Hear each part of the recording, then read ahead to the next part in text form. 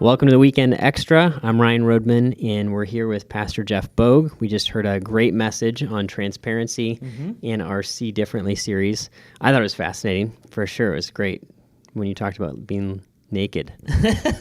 Living naked. Oh, it's living naked. It's different. Slightly different. Noted. Duly noted. But as you were talking, I had a few questions about when we're talking about being transparent and the call to kind of be who you are, share your struggles, be real. Right. It's super important. How do I know, especially if I'm struggling, like when to share that and maybe when not to share? I don't want to be like the guy that's always negative, sharing all my junk with everybody. Yeah. What is that whole thing The look like? oversharing guy. That guy. Yeah, I think transparency is not like open criticism. So sometimes I think we mix up transparency with like being blunt, so sometimes being blunt is like, I hate that shirt kind of a thing. And we're like, see, I'm being transparent. Sure. That's not what transparency is, nor is it having every thought we ever have had in our mind come out our mouth. I actually talked to a friend one time and he said, I feel like I'm being unreal or untruthful unless I say everything that's on my mind at a particular moment. I don't think that's what we're talking about.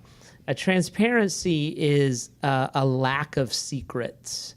We talked about in service, it's the form of godliness. It's the facade that we put up. It's pretending. And so when we think about transparency, it's me honestly communicating my heart and my mind. So that may be at times like in a very public way, that like for instance, this weekend when I was speaking, it may be me looking and saying, I'm a sinner too. You do that when you speak. It's like, hey, we're not over this. Absolutely. Oftentimes it's in a private way with a trusted circle.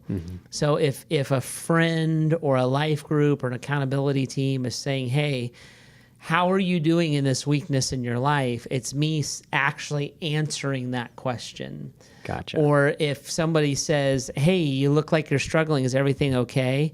It's me with a person or two saying, no, this is actually what's happening in my life. So it's not just, information vomiting all the time, and it's not me pointing out what's wrong with everybody on the planet, but it's me vulnerably, honestly sharing my life, and then me just kind of when you look at me, you kind of get what you see, right? That's the idea, that there's a real me, and I honestly live that. I'm not trying to fake you out. Those kind of things. Sometimes I think if we're not careful, we say you're faking it when you're actually being polite. Sure. So you might say, hey, are you doing all right? And I might politely say, yeah, I'm fine.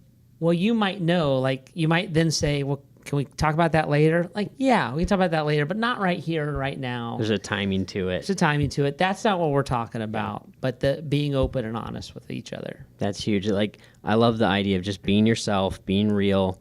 Now, if you do that and people don't quite know what to do with you, like, how do you deal with that? It's fascinating. I was just talking to a friend of mine after service about this, and that was a frustration of his. He's like, I try to be transparent, and people like lock up and like stare at me funny.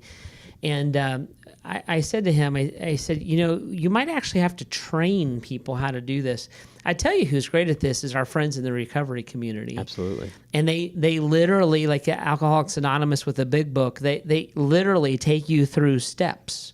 Like step 1, admit you have a problem. Well, that's a training, and then you get further into the steps. One of the steps is confess your sins to one another, or what they'll say is find a friend or a sponsor and write down everything you ever did and like confess your sin.